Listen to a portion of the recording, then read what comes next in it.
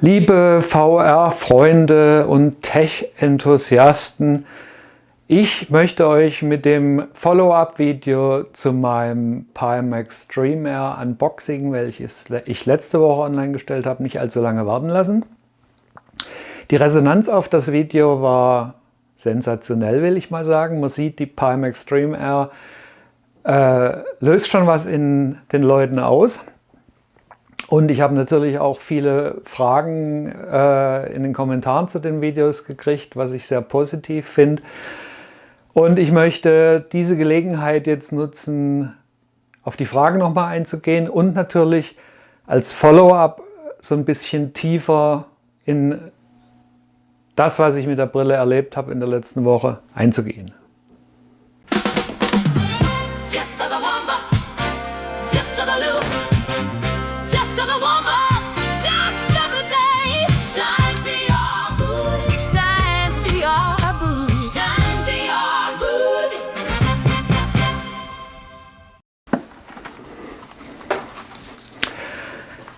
So, also Pimax Dream Air, in meinen Augen jetzt nach den paar Spielstunden, 1-2 Stunden war ich drunter, sensationell.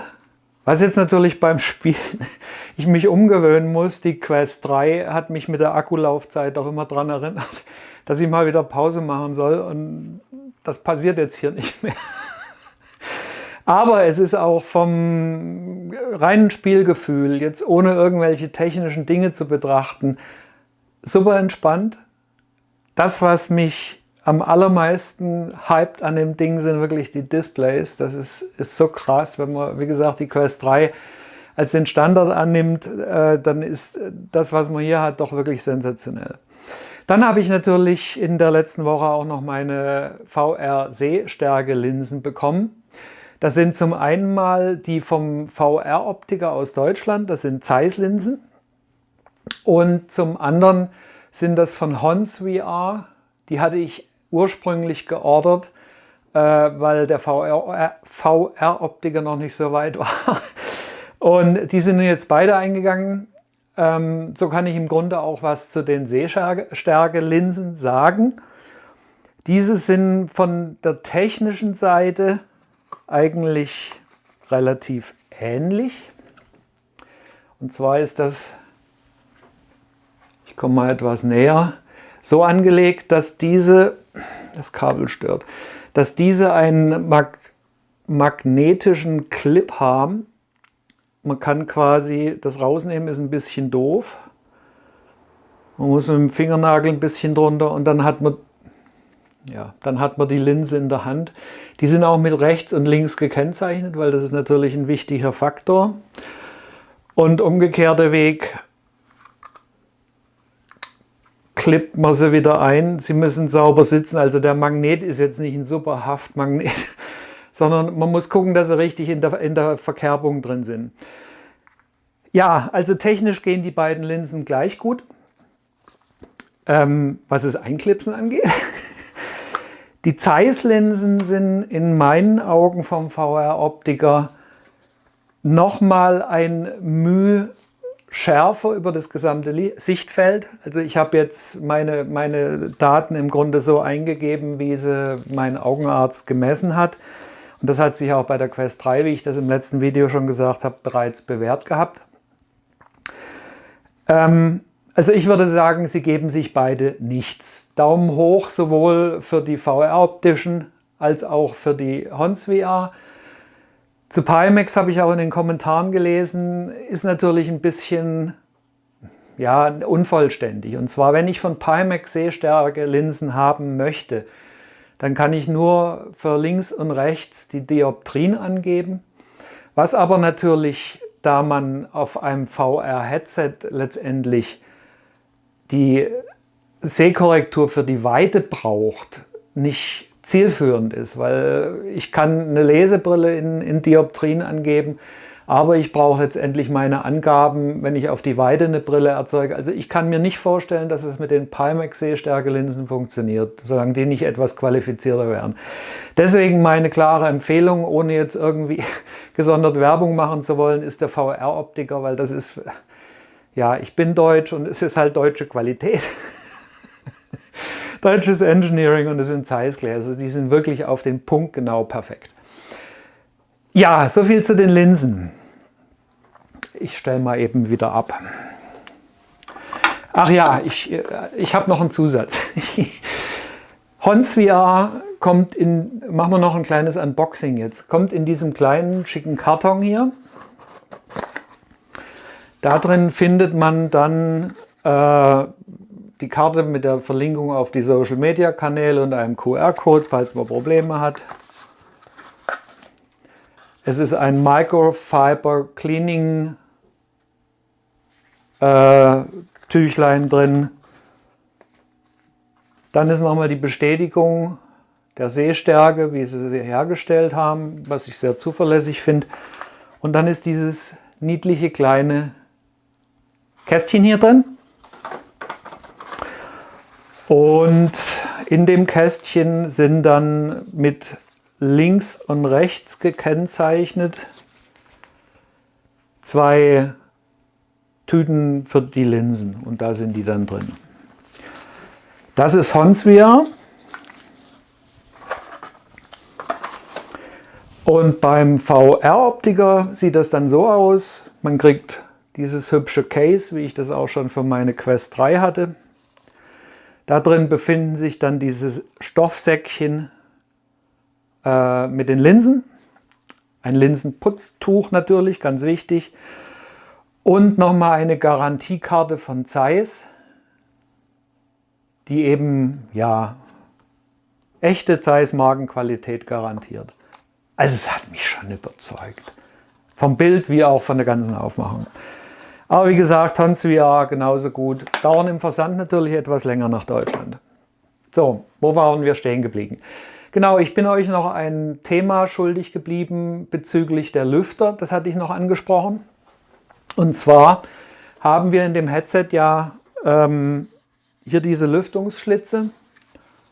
Und ich hatte mich gefragt, ob man die Lüfter hört. Und das kann ich jetzt bestätigen, dass man sie nicht hört. Also ich habe jetzt während der Zeit überhaupt nichts wahrgenommen.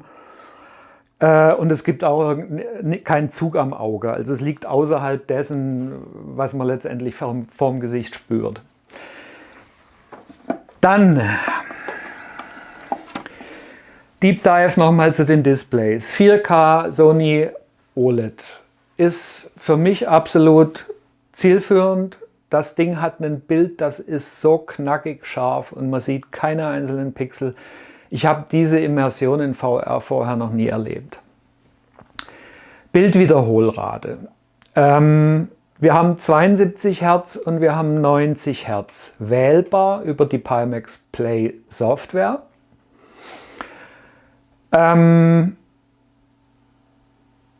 120 Hertz, was ich irgendwo mal gelesen hatte, das ist wohl definitiv in dem Softwarestand jetzt nicht drin. In meinen Augen auch nicht so ganz nötig. Aber das ist natürlich immer eine eine Sache des persönlichen Empfindens im Game. Für mich wären Bildwiederholfrequenzen unterhalb 72 Hertz doof. Also ich hatte es tatsächlich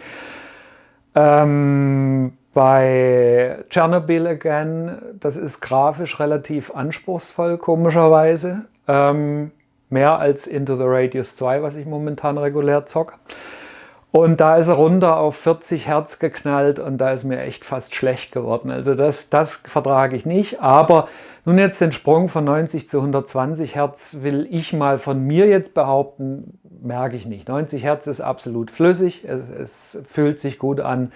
Und deswegen habe ich meine Games jetzt auf 90 Hertz gesetzt. Wir kommen nachher auch noch geschwind zur Pimax Play Software, weil dort kann man entsprechend auch noch Einstellungen treffen oder sollte diese sogar treffen.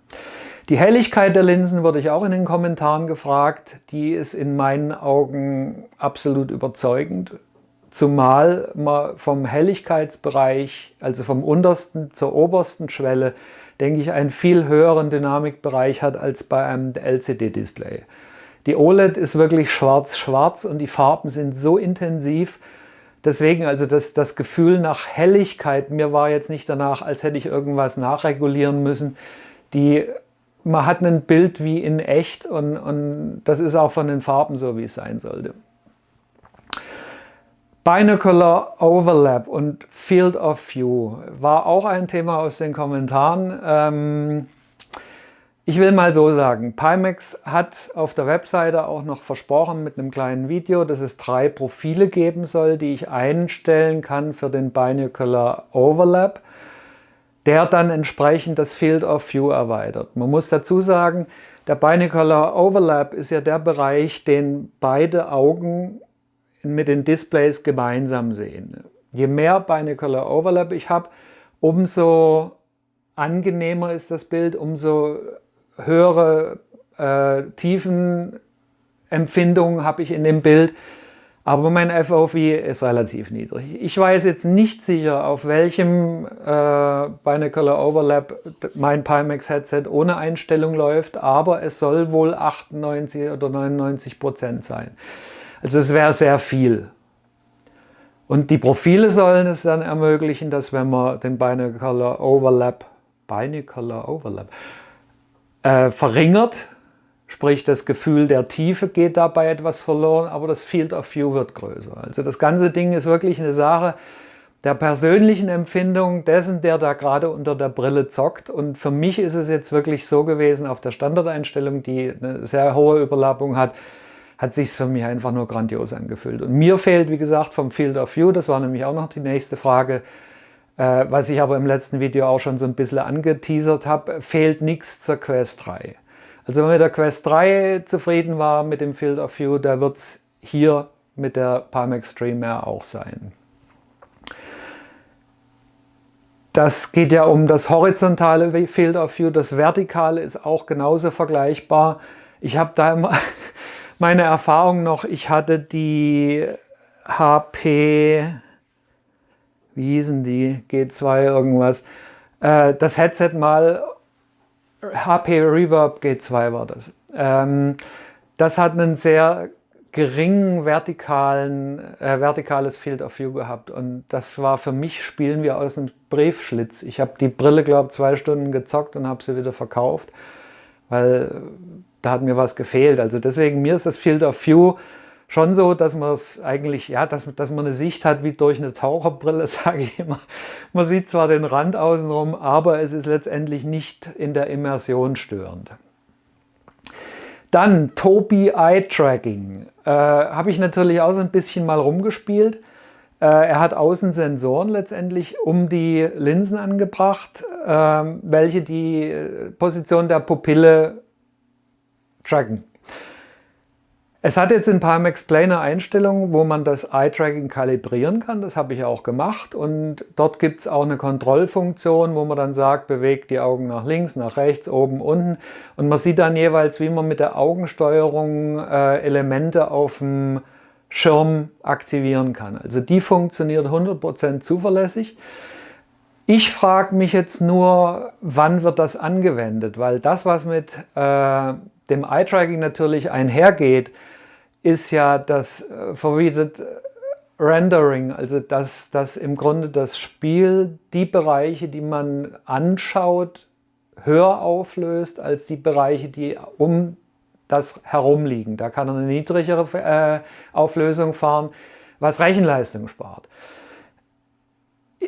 Ich weiß jetzt aus einem Video, das kam, dass es beim Microsoft Flight Simulator wohl tatsächlich unterstützt wird. Aber wenn keine Softwareunterstützung des Games da ist, bin ich mir jetzt nicht sicher, ob das auf alle Games angewendet wird. Also bei den Informationen ist Pimax immer so ein bisschen zurückhaltend. Auf der einen Seite hauen sie die Marktgeschichten raus, was sie alles Tolles können und machen. Und auf der anderen Seite, wenn du jetzt das Headset hast, dann fehlen so die Anwendungsinformationen.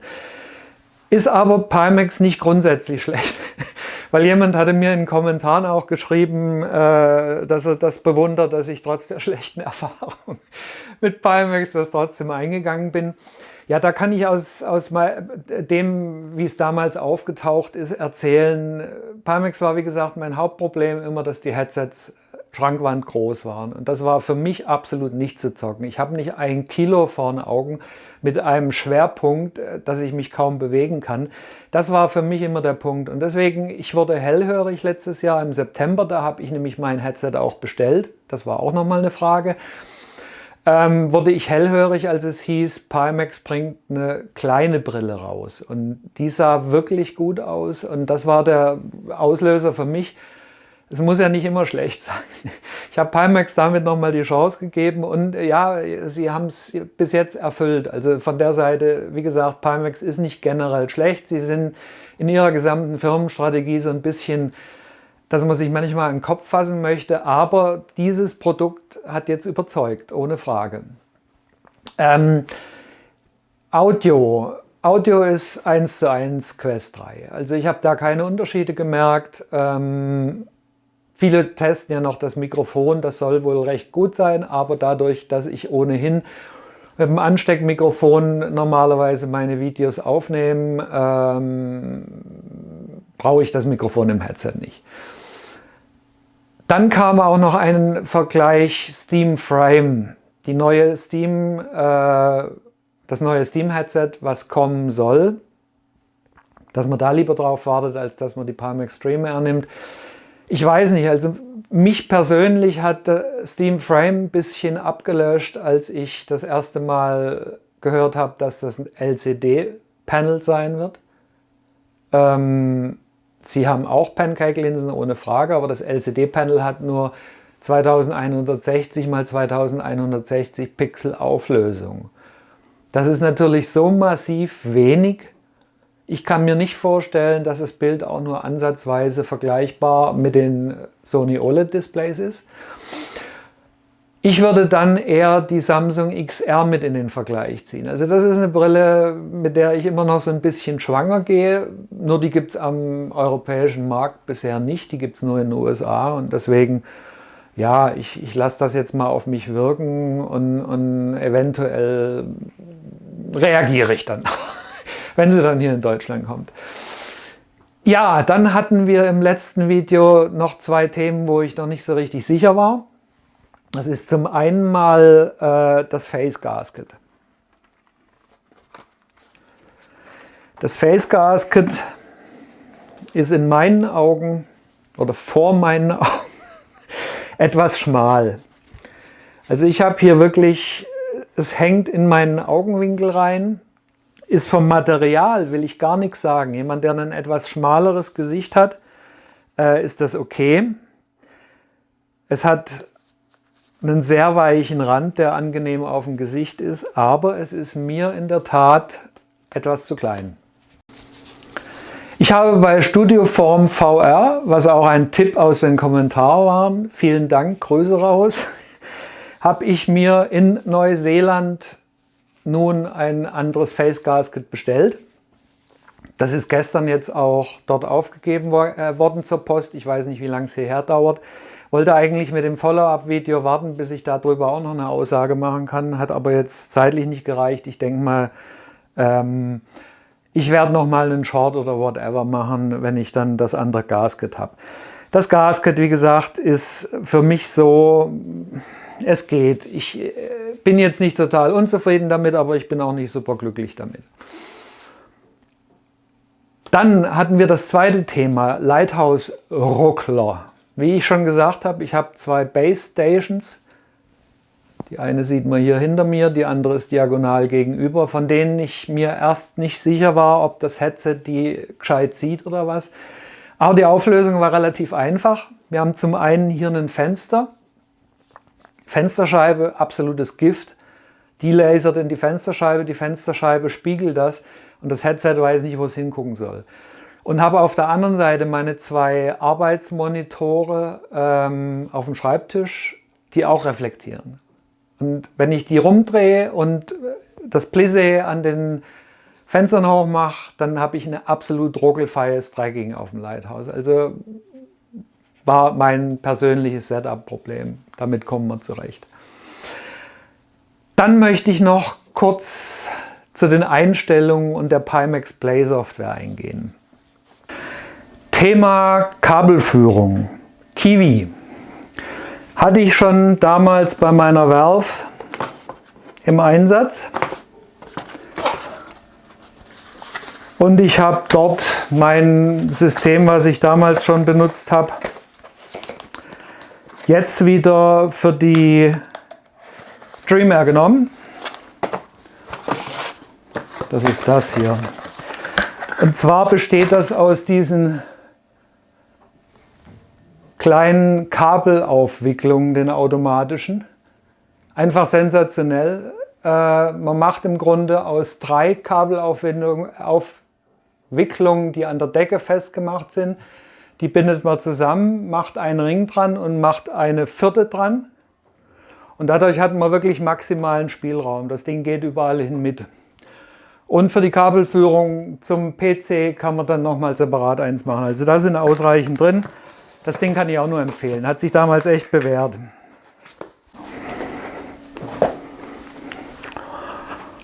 So, jetzt hängt die Kabelführung hier im Weg. Die kann man auch ganz leicht lösen, sodass das Kabel dann verschwindet und die bleibt dann oben. Pimax Software, ich war jetzt sicher unscharf. Pimax Software, wir haben das Pimax Play. Ich mache das mal ganz unkonventionell, dass ihr das hier seht. Wir haben dort die Base Station, wir haben die Controller. Wir haben Device Settings. Und hier ist der Bereich, wo man eigentlich einstellen kann. Wir haben die Refresh Rate mit 90 und 72 Hertz. Wir haben einen Screen Timeout hier drin. Wir können hier das Eye Tracking aktivieren und über den Button kalibrieren. Wir haben einen IPT Adjustment. Oh, das ist auch noch ein Thema zu dem Tobii Eye Tracking. Ich bin mir hier jetzt nicht sicher, ob ein automatisches IPT Adjustment stattfindet, also die Pupillendistanz. Es steht auf 72, aber ich habe generell eine relativ weite. Ich bin mir nicht ganz sicher. Hier wäre auch eine Information hilfreich. Hier kann man dann auch in den Settings einen Offset einstellen. Aber ich weiß nicht, ob es wirklich automatisch gemessen ist. Handle Vibration Adjust und Simulate as Valve Index Controllers. Da kann man wohl andere Controller wie die Valve Index einstellen. Der interessante Part sind hier die Spiele, Games. Hier kann ich zum einen generelle Settings einstellen, als auch von den Spielen, die auf dem PC installiert sind, dedizierte Settings. Und so ist es mir dann auch möglich, wenn ich jetzt Chernobyl Again nehme, dass ich sage, ich möchte ein normales Field of View. Das kann man auch auf Narrow schalten, wobei mir hier noch nicht so ganz klar ist, was es an Vorteil bringen soll. Die Image Quality, das ist unsere Hauptstellschraube an dem Ganzen. Und zwar, ich kann hier Low, Medium, High einstellen, wobei ich dann nicht weiß, in welchem Faktor das skaliert wird, weil hier wird letztendlich meine Renderauflösung eingestellt, die mir im Spiel nachher mehr oder weniger Hardwarelast erzeugt und deswegen ist das Ding so wichtig. Ich kann aber auch auf Customize schalten und habe dann die Möglichkeit, das manuell einzustellen. Jetzt fehlt noch das letzte Ende. Ich weiß natürlich nicht, was ich da für eine Auflösung habe. Deswegen FPS VR ist eine App, welche man im Headset sieht. Und an der App sieht man die Auflösung in Pixeln dargestellt. Ich habe jetzt hier bei 0,85, was ich für Chernobyl Again als maximale Qualität noch gut spielbar eingestellt habe, habe ich glaube 5600 mal irgendwas. Also man kann im Grunde damit letztendlich rumspielen. Dass man das an die Grafikkarte, die Leistung der Grafikkarte anpassen kann. Es gibt ein GPU Upscaling. Das macht in meinen Augen nur Sinn, wenn man eine schwächere Hardware hat, sodass man letztendlich über die Qualität höher kommt, aber letztendlich das Upscaling reinmachen kann, dass die Grafikkarte hinterherkommt. Die fantasiert dann noch irgendwelche Frames dazwischen, sodass die Herzfrequenz oben bleibt. Ist aber in meinen Augen, brauche ich auch nicht. Sharpness kann man einstellen, muss man aber nicht. Dann haben wir hier das Dynamic Foveated Rendering. Das habe ich jetzt mal auf Quality. Ich habe aber, wie ich das schon sagte, keine Ahnung, was das jetzt für eine Auswirkung auf Spiele hat, wenn die das nicht unterstützen. Ob das generell angewendet wird über Pimax Play, die Information wäre mal noch gut. Pimax Central Priority Blending, keine Ahnung, bin ich noch nicht so weit. Smart Smoothing, Locked Half Frame Rate, das hatte ich noch gesehen, und zwar, wenn ich 120 Hertz habe, dann würde der mir die Framerate auf 60 Frames pro Sekunde fixieren. Ist aber für mich ein bisschen wenig. Wie gesagt, unter 72 ist für mich nicht mehr so schön. Aber hier, wenn ihr da die Details nochmal wissen wollt, die technischen Hintergründe, wie gesagt, ich bin da jetzt der Endanwender und kann sehr viel über mein Gefühl beim Spielen erklären. Die technischen Hintergründe, schaut bei voodoo.de VR bei Thomas vorbei. Der hat ein Video dazu gedreht. Ich kann es euch unten auch nochmal verlinken, wo er das genau erklärt mit den Settings. Für mich sind aber resümierend diese Settings nur wichtig, was die Image Quality angeht, weil die eine direkte Auswirkung auf die Bildauflösung hat. Und mit der kann ich letztendlich spielen. Ich gehe dort ans Maximum, was meine Grafikkarte kann. Ich habe die RTX 5090, also da geht momentan nicht mehr. Und man sieht, Into the Radius läuft auf 1 Skalierung, volle Auflösung, ohne irgendwelche Ruckler, und Chernobyl Again muss ich auf 0,85, vielleicht sogar auf 0,8 runter, damit es sinnvoll läuft. Das ist was ich bei der Quest 3 über WLAN und den VR-Desktop nie hatte. Also der hat das irgendwie komprimiert von der Seite, ja. Wir haben Headset set as Default Audio Output Device. In dem Moment, wenn das Headset da ist, nimmt er das Audio weg. Ich habe es ausgeschaltet, weil ich habe eine große Stereoanlage da drin. Da kommen wir auch noch mal zu einem Vorteil von der Valve Index. Wenn ich über die Quest 3 mit Wi-Fi zocke und ich lasse das Audio über die Stereoanlage laufen, weil natürlich der Subwoofer hier schon geil im Bauch vibriert, dann habe ich eine Latenz drin. Das sind, glaube ich, 200 Millisekunden. Dies dauert, bis mein Bild auf dem Headset ist, und deswegen habe ich immer einen Tonversatz. Also bei der Quest 3 ist die Stereoanlage nicht so toll. Bei der Pimax Dream Air, weil sie direkt angeschlossen ist, habe ich keine Verzögerung, und da kann ich natürlich auch wieder mit dem Wummern vom Subwoofer arbeiten, obwohl ich natürlich die Ortungstöne 3D im Headset habe. Wir haben Troubleshooting und Log noch einen Punkt, und wir haben Advanced einen IPD Offset, den man einstellen kann. Das ist letztendlich das, was in den Device Settings drin ist. Wir haben in der Pimax Play App auch einen Store, My Assets, da sind meine Spiele, die jetzt momentan hier installiert sind, drauf. My Account und so weiter. Also die App hat sich wirklich gemausert, weil ich erinnere mich, bei der 8KX war die App wirklich schlimm, weil man hat die nie komplett durchblickt. Man hatte so viele Schalter und Stellschrauben. Wurde auf der einen Seite ja als der große Vorteil angepriesen, dass man alles einstellen kann, aber ich möchte als Consumer doch letztendlich ein Headset haben, das ich aufsetze und das vom Grundsatz her spielbar ist und ich nur noch feintune und nicht erstmal suchen muss, dass ich irgendwas zum Laufen bringe. Also von der Seite Pimax Play auch Daumen hoch, funktioniert. So, jetzt bin ich wieder im Autofokus, dass ihr mich seht. Ja, das war im Grunde mein Follow-up nach einer Woche. Wie gesagt, 2 Spielstunden oder sowas, zur Pimax Dream Air. Dafür, dass das mit dem Unboxing mein erstes Video war, wie gesagt, habe ich mich extrem gefreut, dass ich so viele Aufrufe, Likes und auch Kommentare bekommen habe. Ich bin ja nicht kommerzialisiert, zumindest bis jetzt. Und deswegen finde ich das schon spannend, sich hier so eine kleine Community aufzubauen.